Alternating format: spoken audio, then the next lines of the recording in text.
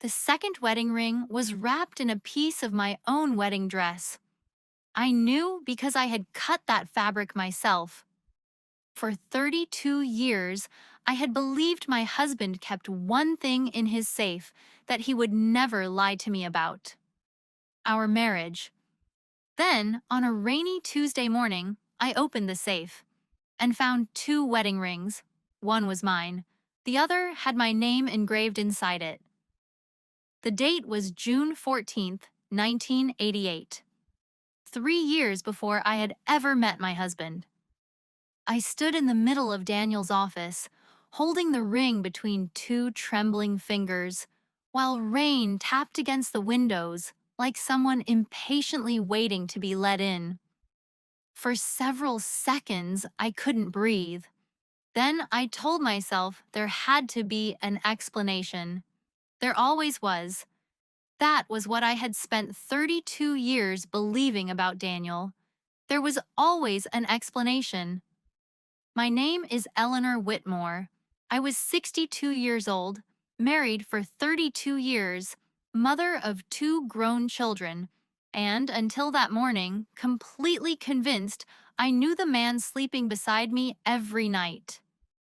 Daniel was 64. He was a quiet man with gray hair, strong hands, and an irritating habit of checking the front door twice before bed. Not once, twice. "You're going to wear out the lock," I used to tell him.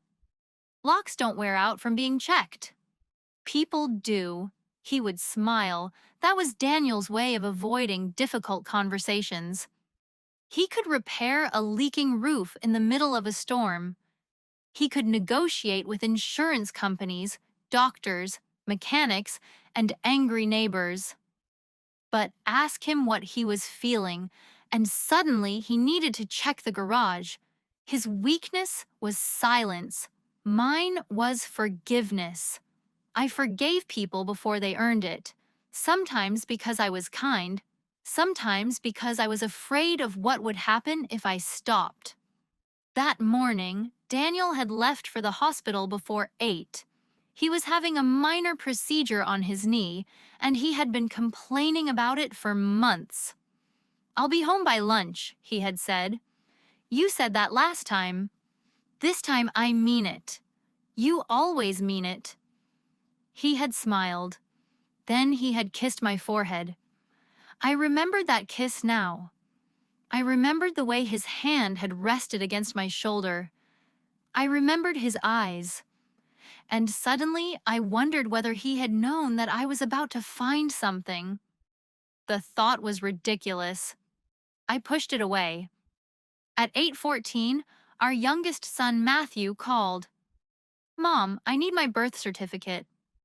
"Why?" "The mortgage company wants it." "Your father keeps all that stuff." "I know. That's why I'm calling you." I laughed. Daniel kept everything. Receipts from 20 years ago. Old insurance documents. Broken watches he promised to repair. The children's report cards. Letters from my mother. He even kept the instruction manual for a toaster we had thrown away in 2004. "If we ever buy another one," he had said. We had never bought another one. I went into his office. The safe was hidden behind a large framed photograph from a family trip to Lake Crescent. The picture showed Daniel with his arm around me. Matthew was 12, Claire was 15. We were all smiling. I had always loved that photograph. I moved it aside. Then I noticed the safe door was already open. I stopped. Daniel had never left the safe open, never. He kept the combination written nowhere. Not on paper, not in his phone, not even in his password manager. I had once asked him why. Because if someone breaks into the house, they'll look for the safe. And if they find it, they won't open it. And if they do? He had looked at me. Then we have bigger problems. I had laughed. That morning, I didn't. I opened the safe wider. Matthew's birth certificate was lying on top. I reached for it. Then I saw the black box underneath. I had seen that box before, many times. It was small, rectangular, and covered in worn black leather. Once, years ago, I had asked Daniel what was inside. Nothing important. That had been his answer. Nothing important. I should have left it alone. Instead, I picked it up. The box was tied with a faded blue ribbon. My fingers hesitated. Then I pulled the ribbon loose. Inside was a wedding ring. At first, I thought it was mine. Then I noticed the difference. My ring was delicate. This one was heavier, older. The gold was scratched and darkened around the edges. I turned it over. There was an engraving inside. A date, June 14th, 88. I stared at it. My wedding date was September 3rd, 1991. I turned the ring again. There were words engraved beneath the date. My heart began to pound. Eleanor Whitmore. I sat down. The chair behind me scraped against the floor. For a moment, I could hear nothing except the rain. My name. My husband's safe. A date from 3 years before our wedding. And then I noticed what the ring was wrapped in. A piece of ivory lace. I knew that lace. I had sewn it into my wedding dress. Not the outside, the lining. I had cut the fabric myself because the dress had been too long. I remembered sitting on the bedroom floor with a pair of scissors while my mother complained that I was ruining expensive material. Why would Daniel have a piece of my wedding dress? That part was easy. Why would he have wrapped another wedding ring in it? That was not. I placed the ring on the desk. Then I picked up my phone. I searched the date, June 14th, 1988. Nothing. I searched the name. Eleanor Whitmore. There were too many results. I searched the date and Daniel's name. Nothing. I searched the date, my name, and the word wedding. Nothing. Then I searched an old newspaper archive. The first result appeared after several seconds. I almost ignored it. Then I saw the headline, Local Woman Missing After Nighttime Accident. The name beneath it was Eleanor Whitmore. My hands went cold. The article was 38 years old. The woman was 24. She had disappeared after her car was found abandoned near a rural road. The article said she had been engaged. It said police believed she may have been injured. It said her family was desperate for information. And then I saw the photograph. A young woman with dark hair, a narrow face, a serious expression. She looked nothing like me, but her name was mine, Eleanor Whitmore. I read the article again. Then I searched for Daniel. This time, I found something, a small local newspaper article. Brother continues search for missing woman. The brother's name was Daniel Whitmore. I stared at the screen. My husband, his sister, the missing woman, the ring, the date, the lace from my wedding dress. I leaned back in the chair. My first thought was simple. Daniel had been married before me. He had never told me. The second thought was worse. Perhaps he had married a woman named Eleanor. Perhaps she had disappeared. Perhaps he had somehow erased her from his life. And perhaps, for 32 years, I had been living in her place. I hated myself for thinking it. But suspicion does not ask permission before entering your mind. It simply walks in. At 4:37 that afternoon, Daniel came home from the hospital. He moved slowly with a crutch. "Where are the kids?" he asked. "Claire is at work." "And Matthew?" "At the bank." He nodded. Then he looked toward his office. It lasted less than a second. His eyes moved to the framed photograph, then back to me. But I saw it. He knew. He knew I had opened the safe. "Daniel," I said. He stopped. "What?" I placed the ring on the kitchen table. His face changed, not dramatically. He didn't drop the crutch. He didn't shout. He simply stopped breathing. For 1 second, maybe two. Then he looked at me. "Where did you get that?" I almost laughed. "You're safe." His eyes closed, and suddenly, I understood something. Whatever explanation he had prepared for the rest of his life, it had not prepared him for me finding the ring. "Who was she?" I asked. Daniel looked at the ring, then at me. There was no she. The room went silent. I stared at him. The ring had my name on it. The newspaper had his sister's name. The date was from before our marriage. And my husband was telling me there had been no woman. "Then explain it." Daniel looked away. "I can't." "You can't?" "Not yet." I took one step backward. "Not yet." He reached for my hand. I moved away. His hand fell to his side. That was the first time in 32 years that I had seen fear in my husband's eyes. That night, Daniel slept in the guest room. I lay awake until 3:12 in the morning. At 3:13, I heard his voice. He was on the phone, speaking quietly. I couldn't hear the other person. Then Daniel said, "She found the ring." My heart began to pound. There was a long silence. Then he whispered, "No, she still doesn't know about the girl." I sat up in bed. The house was completely dark. I stared at the closed bedroom door. The girl? Who was the girl? And why had my husband been hiding her from me for 32 years? I did not sleep after hearing Daniel say, "She still doesn't know about the girl." I stayed sitting on the edge of the bed until the sky outside the window turned gray. The house was silent. Too silent. For 32 years, I had believed silence meant peace. That morning, it sounded like evidence. At 6:41 a.m., I heard Daniel leave the guest room. His footsteps moved slowly down the hallway. Then the bathroom door closed. I sat there, staring at the bedroom wall. A girl. Who was she? A daughter? A mistress? A secret relative?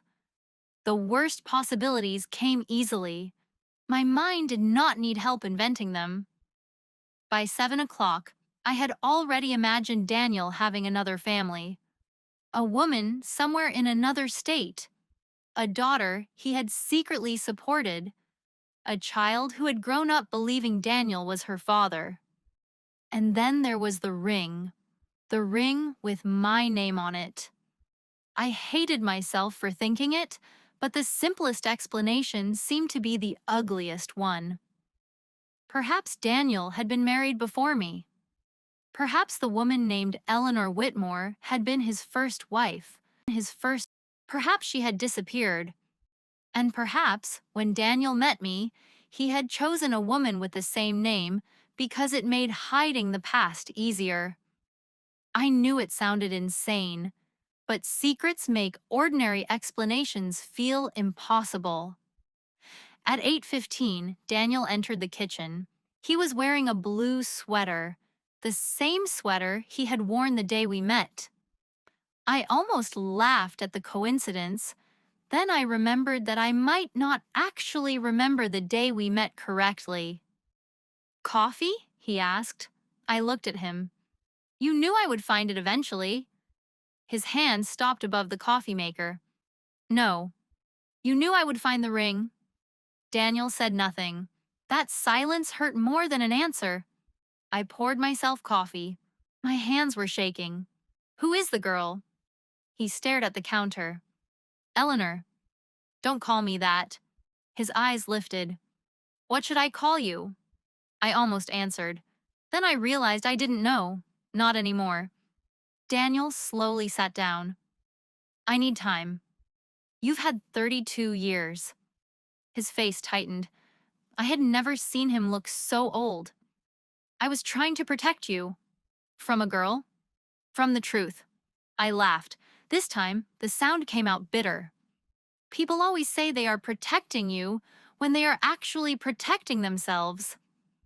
Daniel looked at me, and for the first time, I wondered whether that was true. Then his phone rang. He looked at the screen. The color disappeared from his face. "Who is it?" I asked. "No one." He rejected the call. A second later, it rang again. I stood up. "Answer it." "Eleanor." "Answer it." He didn't. The phone stopped. Then a message appeared. I saw only the first line. "I know she found the ring." Daniel locked the screen. My stomach turned. "Who was that?" He stood. "I have to go." "Where?" "I need to handle something." I moved in front of the door. "You're not leaving." He stared at me. For a moment, neither of us spoke. Then he whispered, "You don't understand what you're asking." "No, I understand exactly what I'm asking." I held up the ring. "Who was the girl?" Daniel looked at it. Then he said something I never expected. "She was my sister." I froze. The room seemed to shrink around us. "Your sister?" "Yes." "The woman in the newspaper?" Daniel nodded. "Her name was Eleanor." I looked down at the ring. My name, his sister's name, the same family.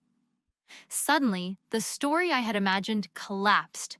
There had been no secret wife, no hidden marriage, no other woman. There had been a missing sister, but that raised an even more disturbing question. Why had the ring been engraved with my name? Then why does she have my name? Daniel rubbed his hands together. "She was born Eleanor Whitmore." "So was I." "I know." "And you never thought that was strange?" He looked at me. "I did." That answer hurt. "How long?" "From the first day I met you." I stepped backward. "You knew?" Daniel closed his eyes. "Yes." I felt something inside me break. "You knew my name was the same as hers." "Yes." "And you still married me?" "I loved you." "That wasn't my question." He said nothing. The truth was beginning to take shape, and I hated the shape it was taking. I went upstairs. I opened the old boxes in the attic. If Daniel had known about the name, there had to be something else. Photographs, letters, documents, anything. I searched for 3 hours. At 11:26, I found a photograph. It was old. The edges had turned yellow. Daniel was standing beside a young woman. She had dark hair, a serious face, and the same eyes I had seen in my own reflection every morning for 32 years. I stared at her. She looked familiar. Not because I knew her, because she looked like me. On the back of the photograph was written, "Eleanor and Daniel, Christmas, 1987. My fingers began to tremble. I took the photograph downstairs. Daniel was sitting in the living room. He looked at it. Then he looked at me. "You found her." "Your sister?" "Yes." "Why does she look like me?" Daniel didn't answer. I placed the photograph on the table. "Who was she?" "My sister." "Tell me everything." He looked toward the window. "She disappeared in 1988. "I know." "She was 24. "I know." "She had been engaged to a man named Robert Hayes." The name struck me. I didn't know why, but something inside me reacted. Robert Hayes. I had heard that name before. Daniel noticed my expression. "You know him?" I shook my head. "No." But it wasn't entirely true. I remembered a younger man, dark hair, a silver watch, a habit of tapping his fingers against a table. I remembered arguing with him. I remembered crying. I remembered him saying, "You'll never tell anyone." Then the memory disappeared. I pressed my fingers against my temple. Daniel stood up. "What is it?" "I don't know." The room began to spin. I sat down. Daniel reached for me. I pushed him away. "Don't touch me." He stopped. I looked at the photograph again. The young woman beside him. Eleanor, his missing sister. My name, my face. And then I noticed something. She was wearing a ring. I stood up quickly. Where's her ring? Daniel's expression changed. What? The ring in the photograph. He looked at the picture, then at me. I don't know. You do. He said nothing. I walked to the office. Daniel followed me. I opened the safe.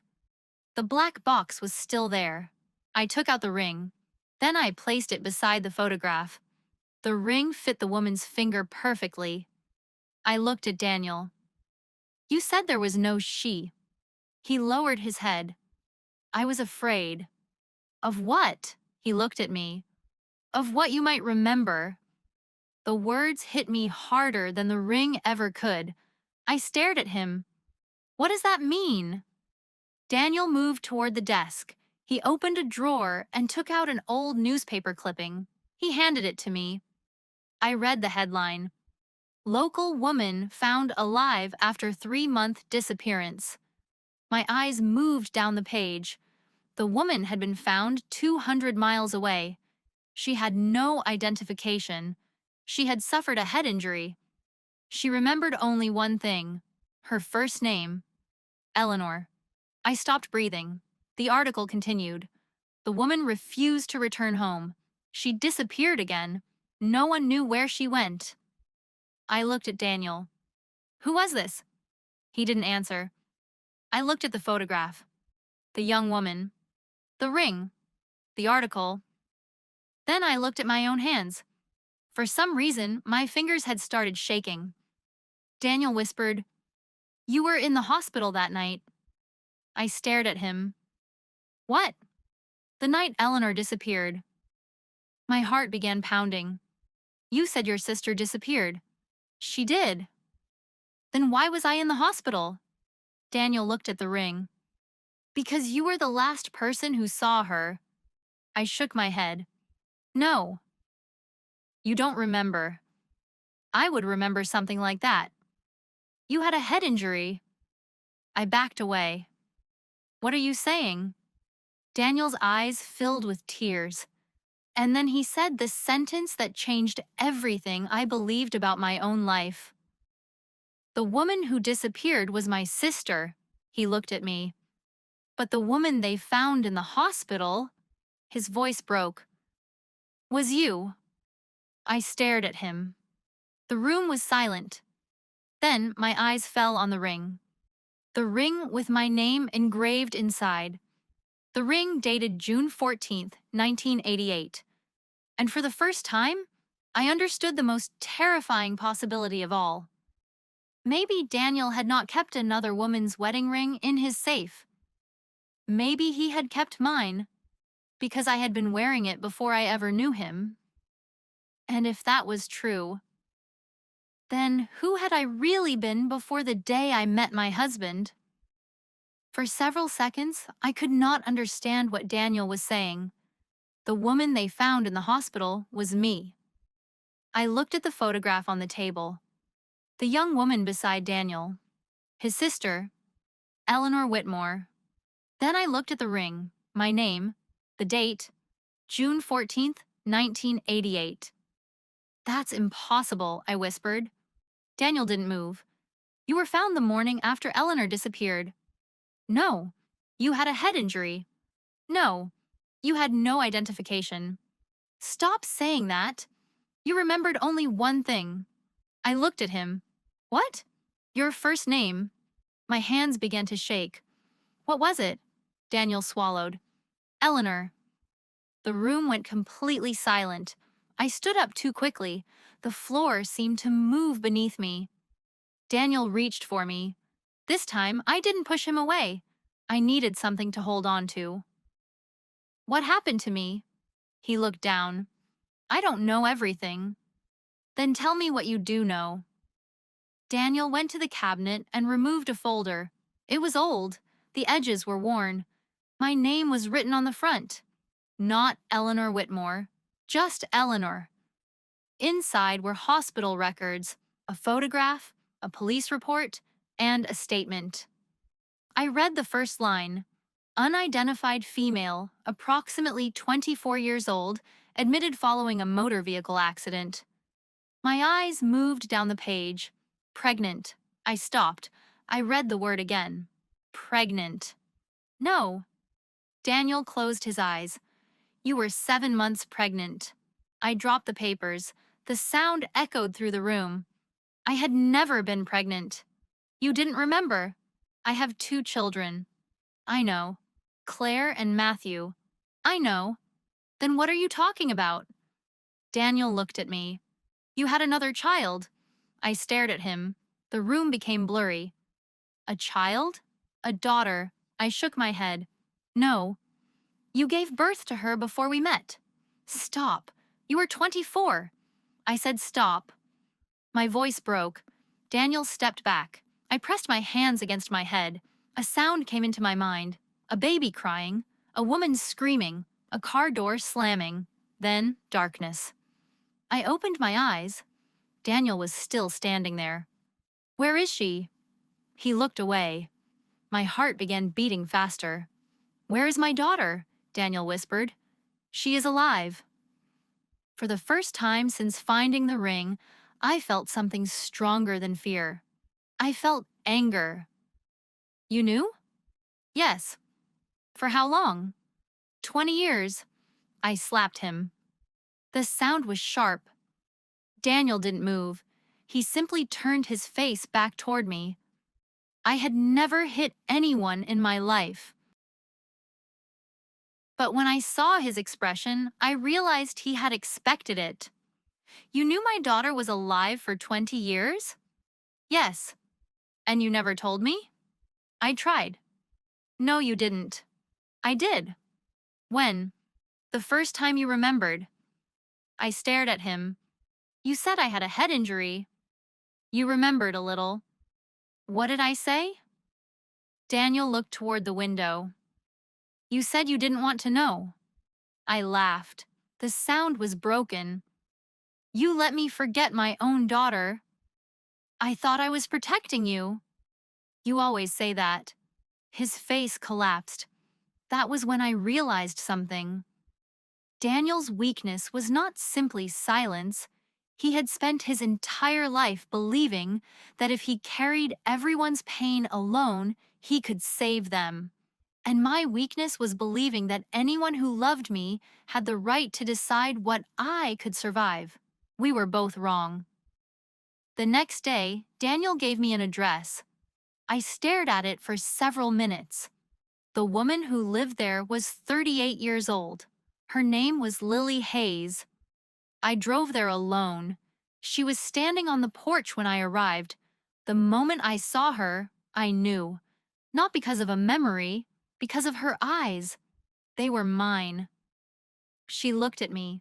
Neither of us spoke. Then she whispered, "Mom?" I almost turned around, not because I didn't want to hear it, because I was terrified I would not deserve it. I don't remember you, I said. Her face tightened. I know. The words hurt. She stepped aside. I entered the house. There were photographs everywhere. Lily as a child, Lily graduating, Lily with a man I assumed was her husband, a little girl, a birthday cake, a life, a whole life I had missed. She took a box from a shelf. Inside was the first ring, the ring from Daniel's safe. I stared at it. Why do you have that? Because he gave it to me. When? 5 years ago. I looked at her. He told me everything. I closed my eyes. Everything? Not everything. She opened the box. Inside was a letter. It was written in Daniel's handwriting. Lily handed it to me. I read it. Daniel had found her when she was 18. He had spent years searching, but he had not approached her. He had waited. Then, when she was 33, he finally told her the truth. Her mother was alive. Her mother was me. Lily had asked him why he had never told me. Daniel had answered, "Because she doesn't remember." Lily had asked, "Then why don't you make her remember?" And Daniel had said, "Because the last time she did, she begged me not to." I looked at Lily. Did I really say that? She nodded. He told me you were afraid. I sat down. For the first time, I understood. The truth had not been stolen from me entirely. A part of me had once chosen not to know. But Daniel had turned one moment of fear into 32 years of silence. That was his betrayal. Not that he had hidden my past, that he had decided I would never be strong enough to face it. Lily sat across from me. "Are you angry with me?" I looked at her. "No. Are you angry with him?" "Yes." She smiled sadly. "Good." I almost laughed. It was the first honest laugh I had shared with her. Then something happened. A sound. A melody. I began humming. Lily froze. "What?" I stopped. "I don't know." "Do it again." I hummed the melody. Her eyes filled with tears. "My grandmother used to sing that." I stared at her. "No."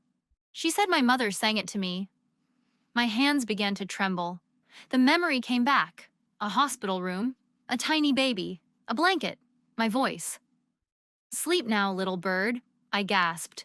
Then I saw her, a newborn baby, red-faced, crying, my arms around her. I remembered kissing her forehead. I remembered saying, "I will find you." The memory disappeared as quickly as it had arrived, but it had been enough. I looked at Lily, and this time I knew her. Not completely, not the way a mother should know her daughter, but enough. I stood up. She stood too. For a moment, we simply looked at each other. Then she stepped forward. I did too. When we embraced, I did not suddenly remember 38 years. I did not magically become the mother she had deserved, but I felt her heartbeat against mine. And somehow, that was a beginning. I stayed with Lily for 3 hours. When I returned home, Daniel was waiting. The 2 wedding rings were on the kitchen table, one from 1988, one from 1991. I picked up the older ring. "Why did you keep this?" Daniel looked at it. "Because it was the only thing I had left of the woman who disappeared." I placed it back on the table. "You had me." He looked at me. "I didn't know if I had you." That sentence stopped me, because I finally understood the cruelest part of the truth. Daniel had spent 32 years loving a woman who had been both a stranger and the person he had been searching for. And I had spent 32 years loving a man who knew my past better than I did. Neither of us had been innocent, but neither of us had been entirely guilty. I did not forgive Daniel that night. I asked him to sleep in the guest room. He did, for 6 months. During those 6 months, I met Lily again. And again. We drank coffee. We looked through photographs. We talked about the years we had lost. Sometimes she cried. Sometimes I did. Sometimes we sat in silence. But the silence between us was different. It did not hide anything. It simply gave us time. Eventually, I remembered one more thing. The day I first met Daniel. It had not been at a charity auction. It had been at a restaurant. I had been working there. He had come in looking for his sister. He had seen me. And he had known. I had not.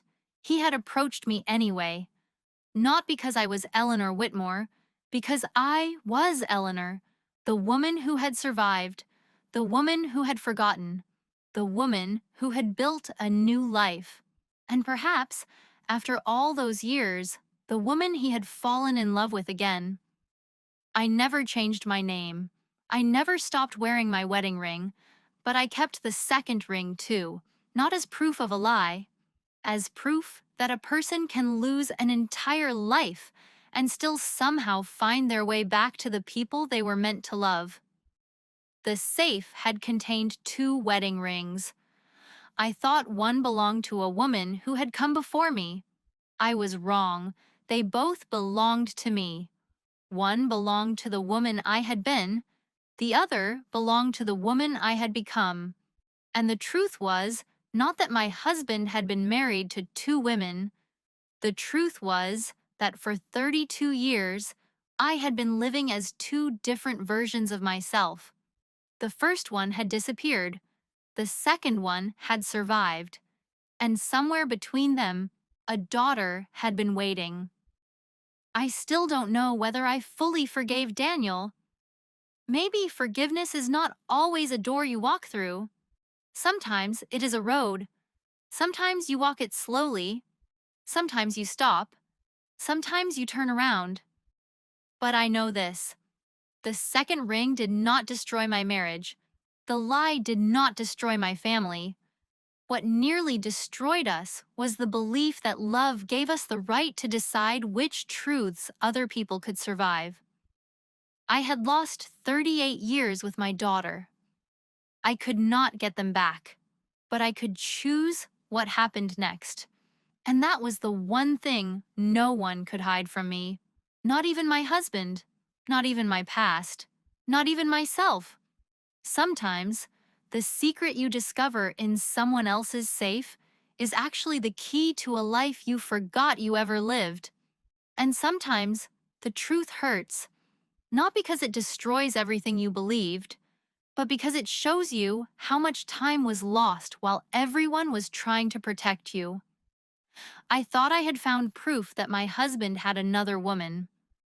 Instead, I found the woman I used to be. And then I found the daughter I had spent 38 years believing I never had. The first ring belonged to the past. The second ring belonged to the life I built, but both belonged to me. And perhaps that is the strangest thing about surviving. You can lose pieces of yourself. You can forget where you came from. You can spend decades believing your story began in one place. And then, one day, you open a locked safe and discover that your real story was waiting there all along. If you were in Eleanor's place, could you ever forgive Daniel for hiding the truth for 32 years? Or would protecting someone from the truth be a betrayal too big to forgive? And if you were Lily, would you have searched for your mother sooner or waited until you were ready?